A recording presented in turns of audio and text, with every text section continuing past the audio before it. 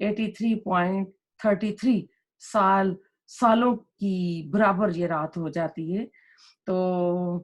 اللہ تعالیٰ ہم سب کو نا اس کی عبادت فرمائے، اور یہ کہ جب یہ رات آتی ہے تو پوری رات تو کوئی عبادت کرتا بھی نہیں ہے۔ اس رات کی ایکچوئل عبادت جو ہوتی ہے وہ تو 10% آف نائٹ ہوتی ہے، تو اللہ تعالیٰ اس میں اتنی اللہ تعالیٰ نے خیر رکھ دی ہے، تو ہم اللہ سے دعا کریں کہ اللہ تعالیٰ ہم کو یہ رات نصیب فرمائے۔ ربنا تقبل منا انک انت السمیع العلیم وتب علینا انک انت التواب الرحیم۔